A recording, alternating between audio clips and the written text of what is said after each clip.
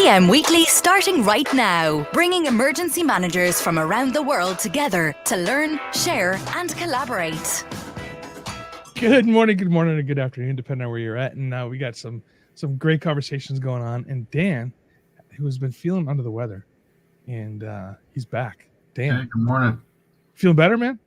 I'm feeling better than I was. Not as good as I should feel. But we know it's not. We know it's not COVID, so we know it's not COVID. I've actually done 3 COVID tests because the first 2 that I took were rapid, and they said they're only 82%, and they wanted me to take a PCR. So we're fairly certain it's not COVID. So do you have any brain cells left? Because man, they shoved that thing way up in your multiple times, and then they make you. There's one time they made me do it myself. So oh, jeez. I don't know if it's all the self-harm at that point. I wish I could come up with like a serum test. I'll give you blood all day long, man. But when they test you by shoving that thing up your nose, that hurts, man. It's just not comfortable at all. But we're not here to talk about COVID. We're not here to talk about your nose nor your brain cells.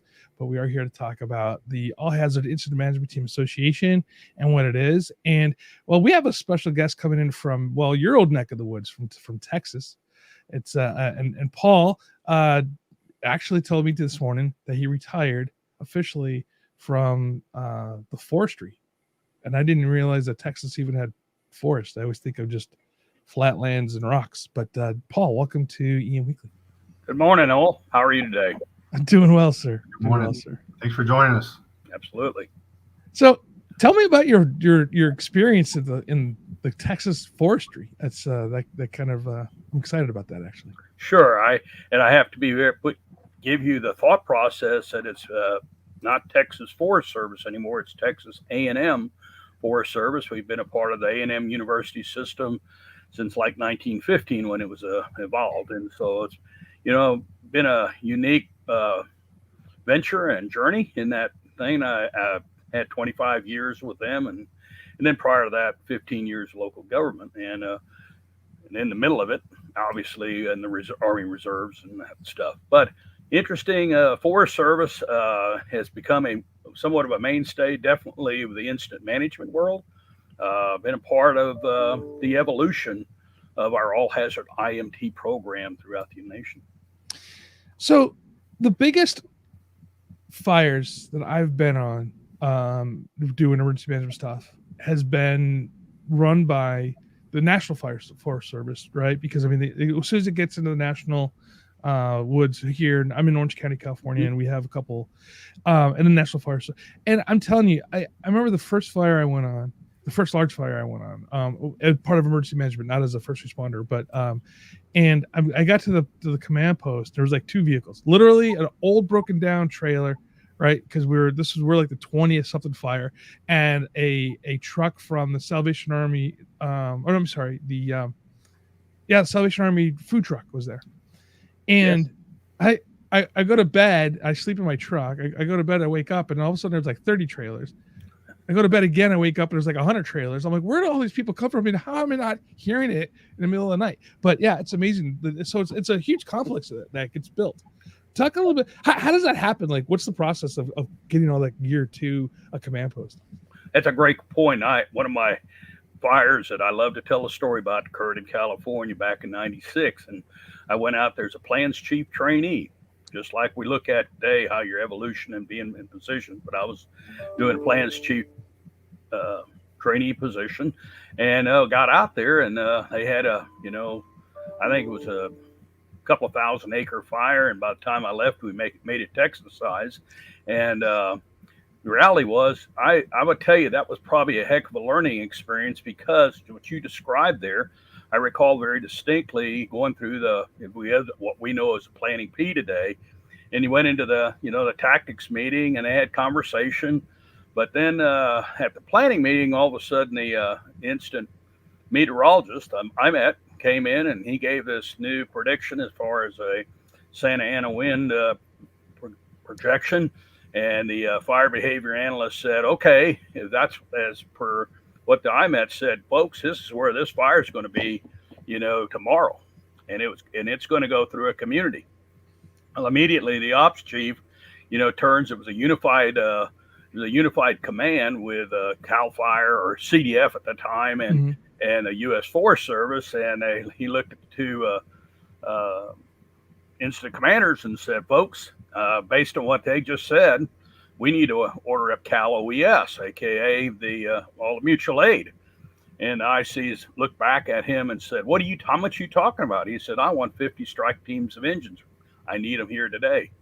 And that was the most interesting event for me, and became one of those mantras that brought back to Texas and said, that's what we got to be able to do. And I think today we can, but it took good 20 plus, some 96 to, I'd say 3 years ago, our folks here in Texas were able to now mobilize that kind of resource. That happened within 6 hours. Mm-hmm. It blew me away. And I just share that. That's the evolution that we have seen in our incident management world today. But it was a great example of how quick and what you just brought up, Todd. So with incident management team, so you have an incident, it's getting out of control. I'm not saying, out of control sometimes, but it's getting out of your span of scope of control at least. And then you plug an incident management team and you say, hey, we need one of these. And and then all of a sudden a team comes with a bunch of gear and stuff. How does first of all, how does a team form, right? And then what does it, to be a type 1 team, what do you have to be called that, and how do you make that team? That's a great point in regards to whole key word there is complexity, and can you manage that complex incident that we look at in our typing that we say today? I kind of chuckle a lot of times and talking to people said, yeah, I'm type 1, and then I look at them and explain to me what you think type 1 is, and they have no idea in that regard. And it's kind of interesting as this, again, in our evolution that we're seeing here in the last, I'd say the last 20 years, it's really brought that to light. And so what you ask about the type 1, again, it's dealing with the complex issues that we deal with. It's the fire, but it's also the planning and the mobilizing of the resources to come in, and then managing those resources. You look at the old definition of saying, okay, if we're type 1, you're looking at a operational element of 1,000 people or more, and taking it back from that. But it's a whole lot more than that, because you have I like to refer to as the socioeconomic factors, the political issues, the media, all of those things tie into what is a type 1, and having that capability and, I would say, competency to deal with all of those elements that come into play, besides putting the wet stuff on the red stuff. And that's what, you look at what is involved. I mean, that's why so often our hurricanes that we see, there's some, applicability to that, to what we see in the large wildfires that we obviously, generally, everybody says it's happening in the West. Well, we've seen our share of them in Texas too over the last 25 years. And it's kind of how it's changed. Now, whether that's, we get into lots of conversations about climate and all that, but it is dealing with the trends that take place. I like to think it's more the, Pacific Oscillation or the La Nina events that occur, really, that have got a lot of impact on the fuels and the vegetations. All that being, coming back to your original question about the type 1, again, it's that combination that makes it a incident complex. And do you have the capacity to manage all of those elements? I like to think of the community lifelines that FEMA now has put in place. I wish I had those a good while back as an incident commander, because those elements tie in to all of the pieces you got to look at on any given incident, whether it's a wildfire, whether it's a hurricane, whether it's a tornado, whatever, depending on your capability to manage all of those lifeline elements that are out there. So we made a post, and it was on LinkedIn and on the Facebook too. And the question is do emergency managers belong at the CP? And I think basically the question is large scale disaster, not like a small event, right? Mm-hmm. And there's been a lot of conversation back and forth, and some people are like, no, not at all, the emergency manager belongs in the rear of the gear, the emergency manager doesn't have the skill set to be here, and why would you want, right? And I'm like, okay, I get it, and it's a good conversation. And I actually, part of the reason why we post these posts is to see people have conversation. What is your feeling? Is there a role for emergency managers at the command post for complex events like we're talking about fires or hurricanes or tornadoes? Well, I might be partial there. Obviously, my career, I was 15 years as a local emergency management coordinator. I see value in having that person there tied in, with especially at the command level and my liaison officer. That is really important that you have that linkage there. Now, does the local emergency management coordinator be to be that, or does it need to be one of his or her personnel that are located with that incident management team? And again, I personally see value added in that regard. It can, especially when you bring in an incident management team. Here's something that's really important, and we took that to heart here in Texas during our last Hurricane Harvey, and I part of the lessons learned is having your local knowledge element. And in my book, or my thought process is that local emergency management coordinator is that local knowledge. And again, it could be his or her representative, just like an agency administrator, where they're generally not out there. However, I've been on incidents, for example, Hurricane Sandy in New York City. The agency administrator came out there all the time. That was the commissioner of emergency management. That doesn't happen that way all the time. And all due respect, a lot of those folks that end up being in that agency administrator role may not have the expertise, out there. But I feel like an emergency management coordinator, yeah, they should have that expertise and should be part of that command unit. Well, that's a fantastic point. That's one of the issues that when I was in Texas, we continuously were going back and forth with where we should be, what kind of training we should have, what kind of collaboration we should have. But my question is just on that collaboration. When these teams, and this goes into the area of complexity, when these teams enter into a jurisdiction to aid in the incident and fold, how do you see that either adding to or taking away from the complexity when a team folds into an incident to then respond to what's needed? Okay.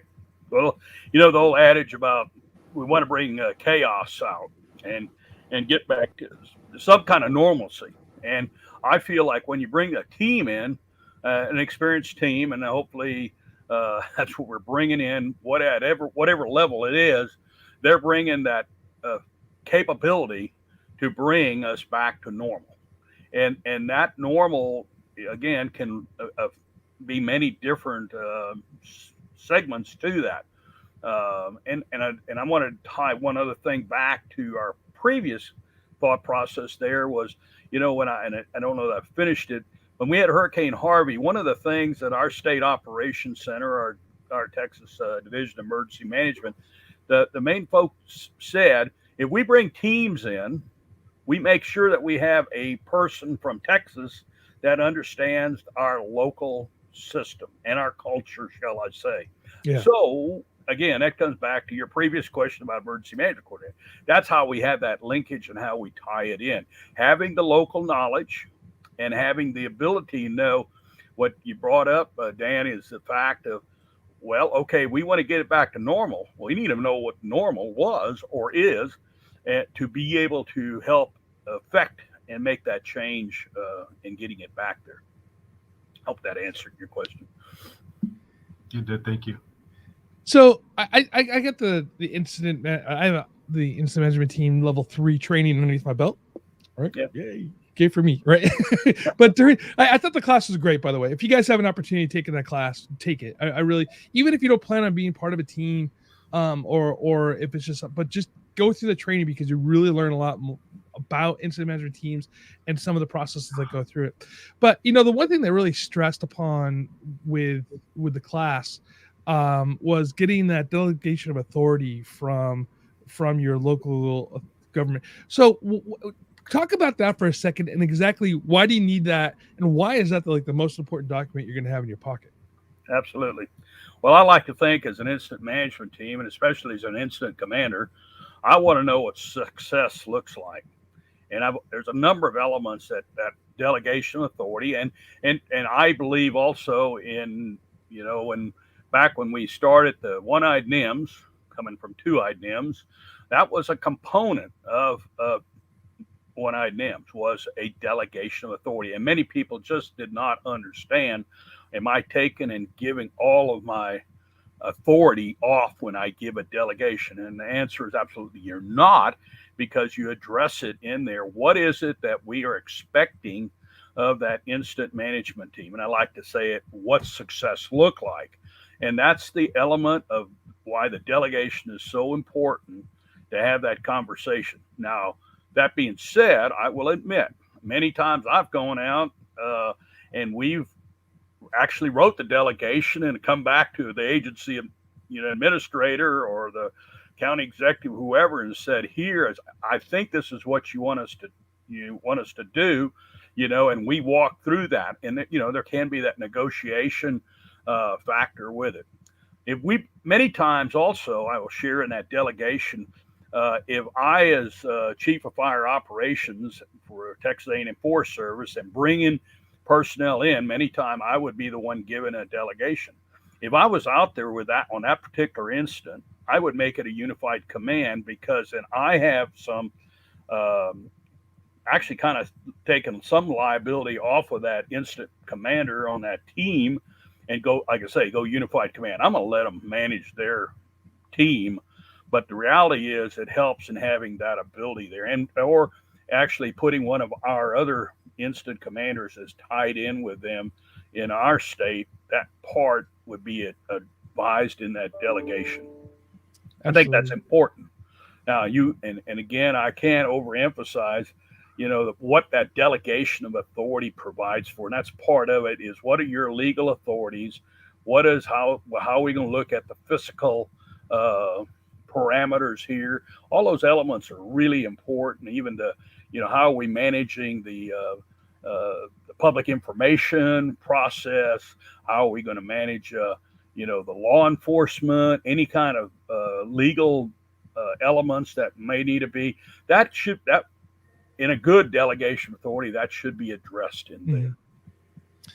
Well, I had a chief one time that told me that you can delegate authority, but you can't delegate responsibility. So that's the one thing you got to hold on to. Hey, we're going to take a quick break. When we come back, there's a question that was posted in the comments that we want to cover, and we want to hear more from Paul. So stay tuned.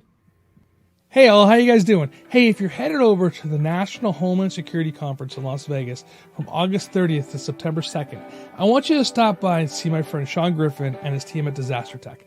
They are the leading decision science platform for risk and resilience.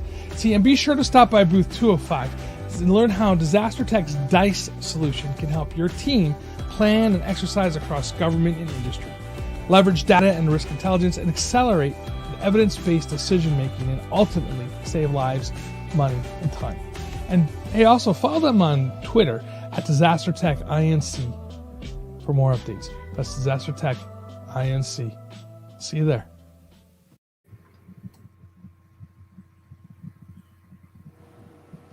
Dan, we can't hear you.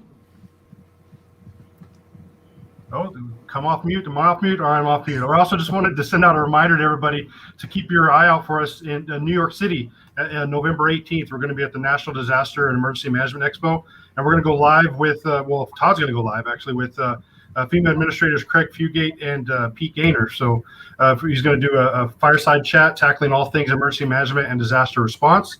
If you can't make it, also look for the live stream.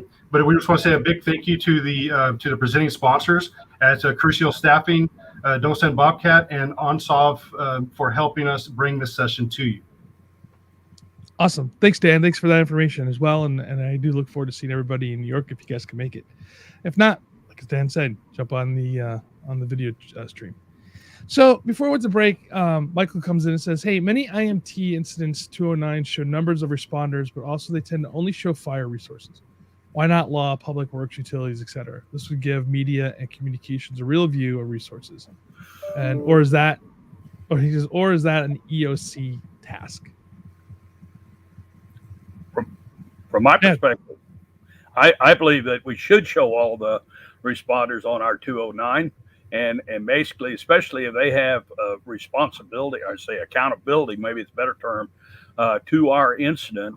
I'd sure like to know that if I'm the incident commander, oversight for a particular incident. And so I believe that I would want to show them as part of my 209. That's what it's telling you about that incident and who you have accountability for.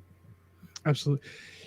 Absolutely. That's accountability is the most important part about this. That's the one thing I try to explain to people all the time when we talk about paperwork, especially my students and, teaching ICS 300 and 400 and whatnot. And, they get involved into the whole, filling out the documents. And it's not, obviously incident management isn't about filling out a bunch of documents, right? I mean, it has to happen, but the idea behind it is accountability and then also trackability, right? So at the end of the day, when FEMA or whoever's paying for it wants to know what they're paying for, you can say, this is what we did, this is how we used it, this was our so I mean, don't get caught in the document. What I mean by that, if there's a form that says fire truck, you can always white line it and put something else that goes, you can put diesel pickup truck or whatever that you're using. So don't get caught in the forms. That's my advice to everybody when it comes to forms. Now, one more thing about working on large scale incidents, you get swag, right? I just want to show, and you get like this, there's a little incident management, the Oregon incident management team. How does, and I kind of asked the question earlier, but I want to follow up on it. How does a team like this get formed? And then what does it mean? Like who are these people? How do you get, who are they? Like who is this team? Okay. I kind of give you a piece there. It's interesting. We go back in the evolution of our all hazard IMT community. Some people may or may not be aware that, back in about 2004, there was a focus group, that kind of ironic term that was formed up. I kind of call it the Gettysburg Accords. But we had a group from all over the nation come together, and it's a national group from different disciplines: Forest Service, EPA, FEMA, obviously, and then the fire community from across the nation, and putting together and developing what that looked like and how, that particular. There was a couple of meetings that took place there with local government as well to say, okay, we need to have this domestic incident management. We've been given this, and this is after, the 911, but I'll also tell you the Columbia shuttle incident had a lot to do with it as well. And that's, many people may not realize it. But one of the parts is forming a team. And I'm really pleased to, the U.S. Fire Administration right now, and again, working with EMI in developing what that has. And there's a lot of documents right now that are going to get ready to be going on the web for the purpose of that very question you asked. Now, I hadn't answered the question. I'll take you down that road real quick. In forming a team, you got to figure out, okay, who's involved? And in our case in Texas, we developed a steering committee, if you will, and trying to guide us in that. And that steering committee came up with a number of things that you got to address when you form up the team. Who's playing on that team, if you will, is a good way to say it. How do they communicate? How, who are they reporting to? What level does that team train to? You brought up the type 3, or do we go on, to be in that ultimate type 1 team? How do they travel? And in the sense, when I say that, is what's that MOU, MOA, and how are they attached? How are they linked? What's their legal status? Because you got to remember that. You got to follow the dollar, and that can be done via an MOA, or as opposed to an MOU. A means you got some physical attached to it. And then, again, how do we select these people? These are just some questions that I think of back in the day when we were starting to involve it.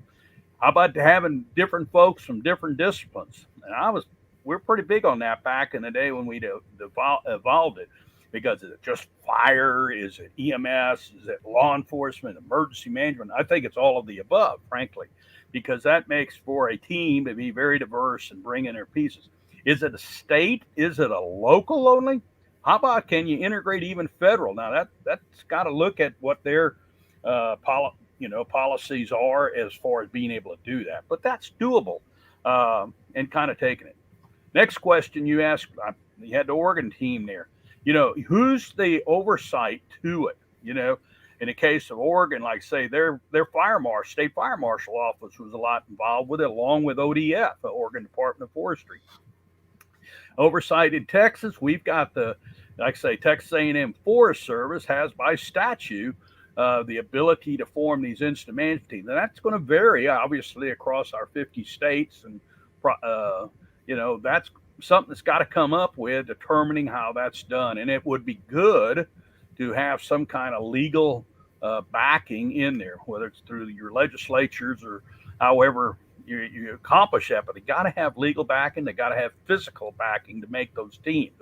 That's a real important thing. And, you could have different linkages to different local, local government. But I would submit to you, when you look at that, having local government tied to your state government, because state then goes to the federal, and having that ability to have that linkage is really important. I truly believe that. And knowing the other part is, how do we train the people? I like to say, what's that roadmap of the training and then the qualification or certification of your personnel. And then that adds to how do we credential them? By the way, back to that at steering committee, it's critical when you just don't arbitrarily just say, I'm going to form a team. You got to think about some of those questions I just asked and create that implementation plan. And believe it or not, I know I'm coming back to Texas. We all pretty proud down here. But the reality is, it took us a number of years. I can even give you that, we had our first big steering committee meeting was in January of 2005, but our first 0305 class wasn't until January of 2007. Now, and you brought up that training class, the 305 a little earlier, really important, but that's the basis of starting it. So getting the people trained up in that, and that is a good basic course or team course, I would call it.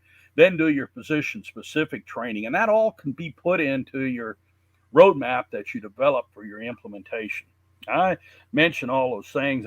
It's obvious that you just don't do it overnight. You may think that click your finger and it's there. It takes quite a bit. And again, having that understanding and developing your procedures, that's your team. And let's back up.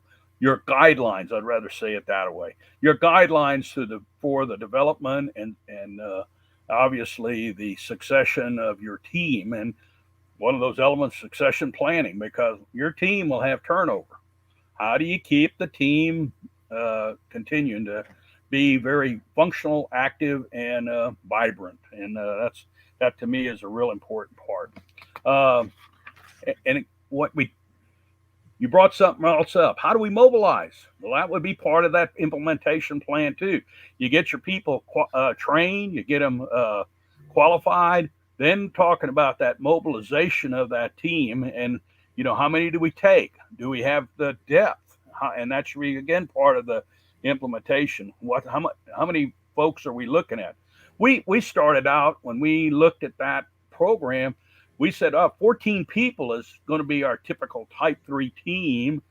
And now we want to be 3 deep. That was kind of our goals back in 2005, 7, that time frame, the mid 2000s. And then you just work it from there. And I think, and we do see the ebb and flow of it because that's what happens with any kind of team that you have out there, by the way. By the way, back in that time, all of a sudden we had another hurricane that occurred. I don't know what those hurricanes do to us. It always prompts you, like wildfires in California or Oregon or Washington, wherever. But all of a sudden you see the need for it. And I think that's the other element. What is your team going to be capable? We like to think today all hazard means all risk, means all discipline. And so therein lies a piece to why it's important that you have that diverse group, again, working through that. Okay, I talked a whole bunch there, and you probably got some questions. No, I do have questions, but the thing is, we're coming closer to the end of the time, and I wish I could spend another hour with you just to pick your brain, Paul, because you're giving some really great information. This is, the high. That's one thing that I think is interesting too. When it comes to what we do as emergency managers, it's all over the board, right? What I mean by that is there's so many different ways you can go with it. And going back to that question, does an emergency manager belong at the command post? And I think, Paul, you answered that greatly, because it's not just about that one particular thing.